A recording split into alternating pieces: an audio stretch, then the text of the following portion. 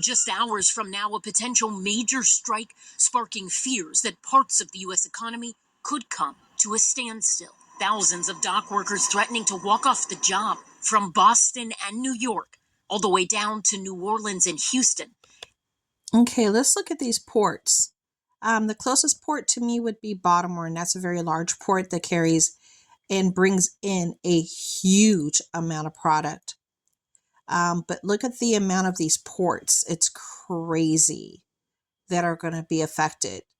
Now, the interesting thing about this, which you will hear in a moment, is that for every day that they have walked off the job, it would take 4 to 5 days for them to catch up. So let's just say, let's round it off to 5, because they said 4 to 5 days for every day that would delay them. For 1 week, if they shut down, it would take them 35 days to catch up. 1 week, 7 days, would take them 35 days, over a month, to catch up. So let's just keep that in mind. The International Longshoremen's Association represents 85,000 workers in these critical port cities. A strike could cost up to $4.5 billion per day. These ports carry everything from canned goods to car parts to electronics. Now, they're only mentioning canned goods, car parts, and electronics, but you will see the different stores that will be affected and so much more. There's only a handful of stores that they're going to be sharing, but it's more than just that. You got your mom and pop stores, and you have all the other big box and smaller stores that are affected as well. It is not just canned goods, car parts, and electronics, you guys. This is all goods. We're talking about clothing.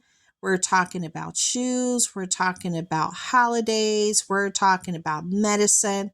We're talking about absolutely everything. Furniture, you name it, it's included. And a walkout would force major stores, including Walmart, Home Depot, and IKEA, to find other ways to get their products into the U.S. Now, did you see how it says Walmart, Home Depot, IKEA? Exactly. It's a lot more products than what they're listing. I'm sure it's because they don't want to cause like a mass panic, which we all should not panic. We should hope that they just resolve this as quickly as possible. But if not, just be aware that closer to the holidays, it might, some shelves might be a little bit more bare than usual. You may or may not be able to find some of your items that you were looking for if you celebrate the holidays for gifts. Just consider that and keep that in mind. If you make special meals and you require specific canned goods to create your meals or other items that you can pre-buy, you might want to just pick them up now and tuck them away so you have them for the holidays.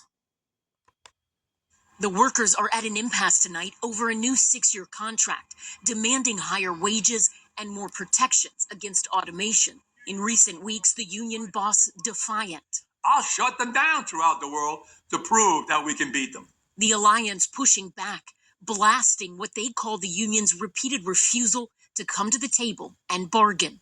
Are you worried this could crush the supply chain ahead of the holiday shopping season? The longer a strike goes, the longer it's going to take to recover, the more of a potential impact it has. President Biden has the power to break a strike, but the White House says he is not considering it. Why not? Because it's collective bargaining. Ellison is joining us now from New Jersey. And Ellison, as of right now, there is currently not a meeting that is set before this deadline is supposed to hit, right?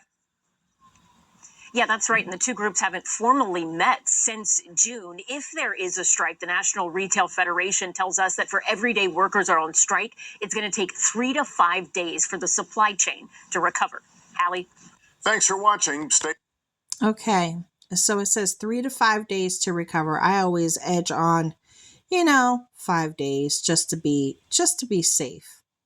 So I already gave you a scenario of how long it would take just for a 1 week strikeout, 35 days to recover, over a month to recover for their time being down. I hope that they can negotiate what they want, what they need, what they perform and what they supply to the whole United States.